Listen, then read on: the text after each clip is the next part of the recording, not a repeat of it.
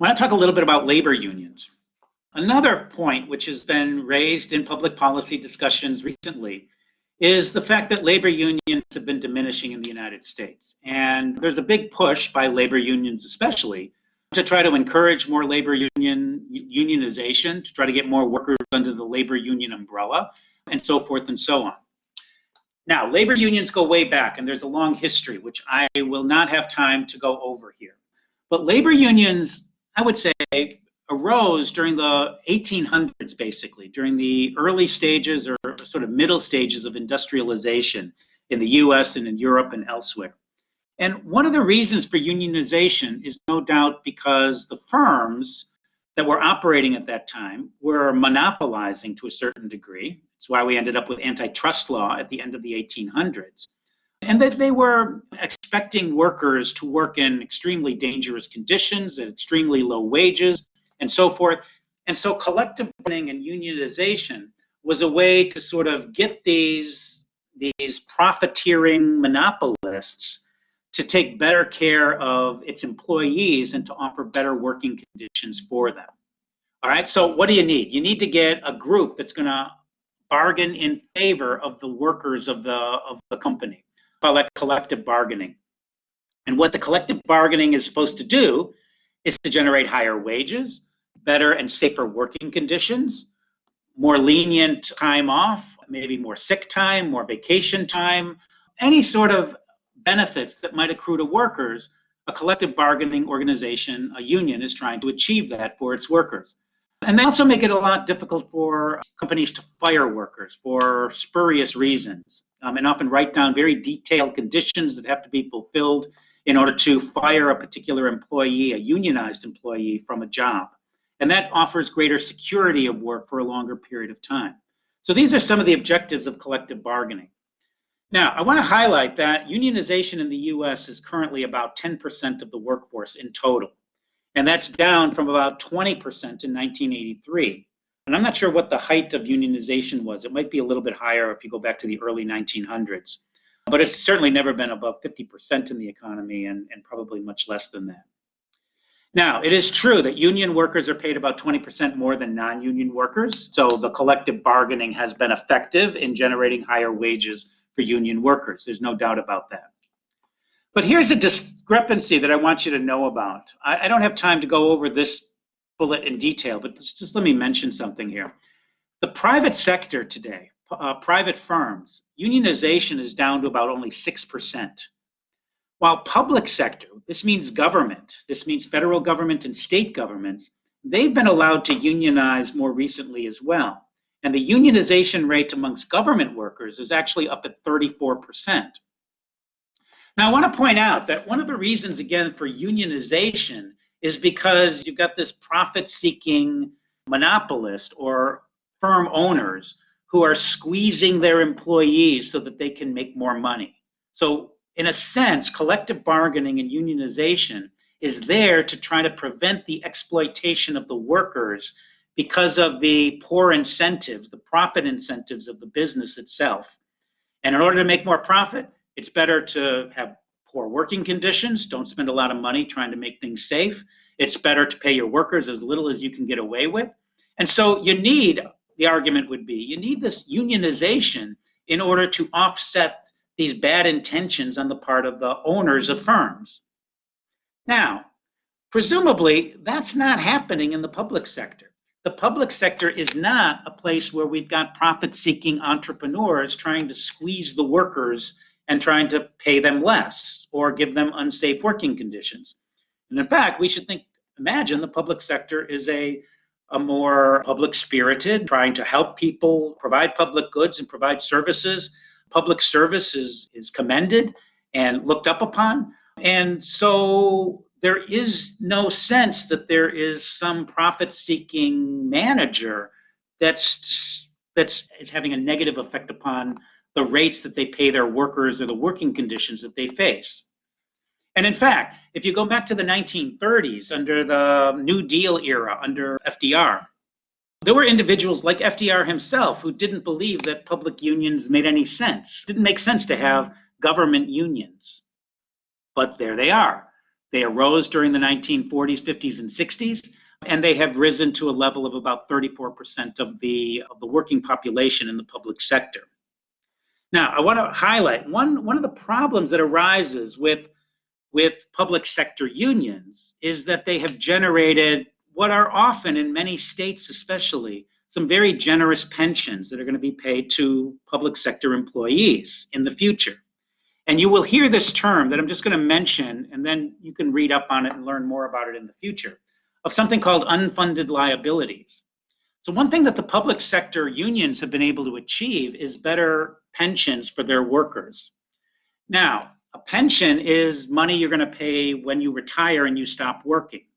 And generally, companies need to put money away in order to pay for their pension obligations to their workers in the future. Government has to do that too. But when governments put money away, to come out of paychecks today, and people don't like that.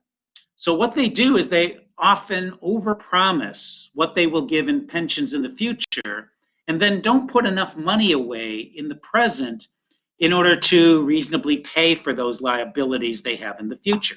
And that's what's referred to as unfunded liabilities. All right, so one of the problems associated with public sector pensions is that it has created a substantial amount of these unfunded liabilities, and that's going to be the responsibility of taxpayers in the future.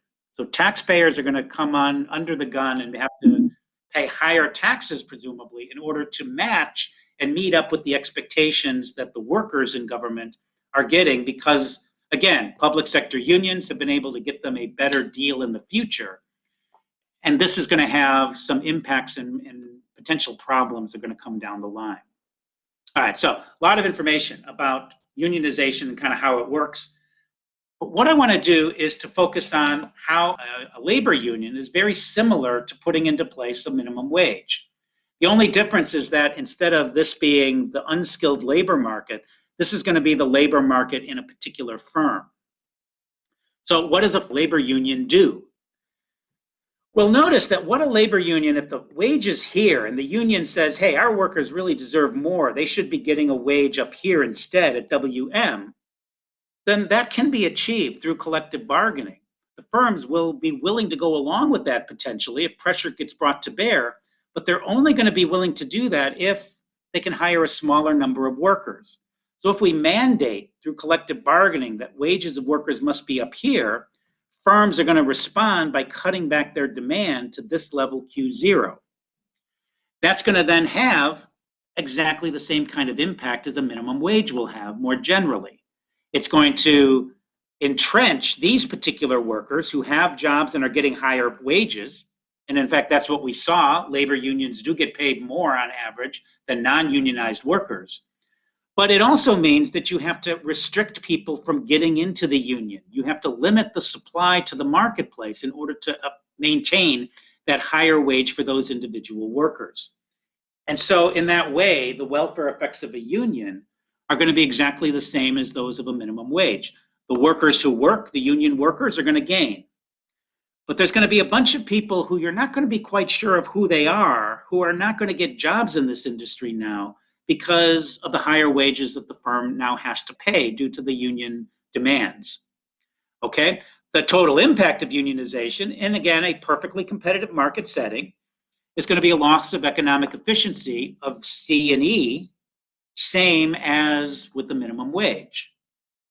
And I should point out that this extra earnings to the workers, some of that is going to be taken out, and it's going to go towards union dues. You have to pay the extra money to the union to represent you. That's okay. But it's also going to be used by the union for lobbying efforts. And so a lot of the things we hear about public policy, the arguments we hear in support of different things, are often coming from lobbying groups.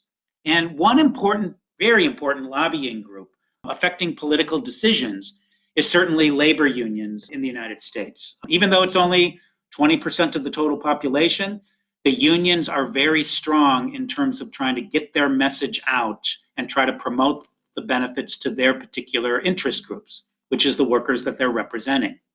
All right? And that's coming from, if you will, the extra profits that are being earned by the workers because of the representation they have through the collective bargaining action. All right, now, I just want to highlight here that really in a competitive market, what a labor union is doing is it's actually applying and using what we might call a monopoly position. Remember what a monopolist does on the production side of a product. In order to make more money as a monopolist, you want to have control of the market and you want to reduce your supply of the product and raise up your price. Not too much, just enough to get those maximum monopoly profits that we represented and talked about earlier. Well, that's exactly what a union is doing. A union is restricting the supply of workers by forcing often unionization. Members have to join the union sometimes in some states in order to actually work in a particular firm. But what a union does is cut the supply of the work to a particular firm and force up the wage that the lucky employees get in that particular industry. All right, and so it's taking advantage of its monopoly position. Now, in order to make that work, unions have to discourage what are called scabs or strike breakers. You can't have people from the outside coming in and saying, oh, well, if you're going on strike for higher wages, we'll come in and work for you instead. Well, that's viewed as very disloyal, very damaging, it's just like, you'll find movies that are written about this and about the anger that gets generated if individuals try to break the union line and come in.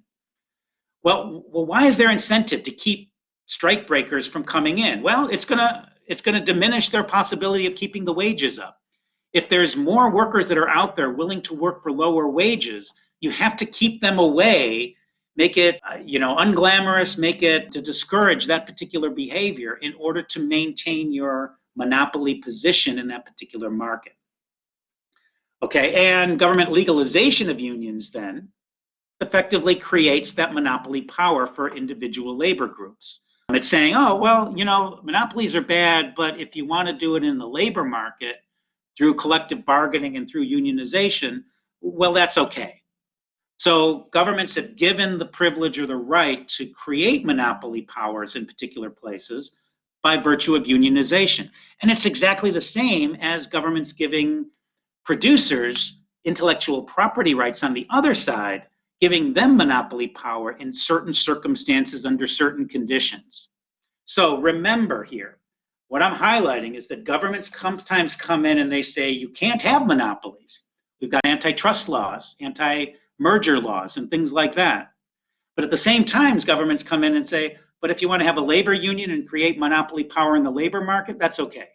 If you want to have intellectual property rights protection and have a monopoly position for 20 years because you've innovated something, that's okay. So governments go both ways. And it's important to recognize that.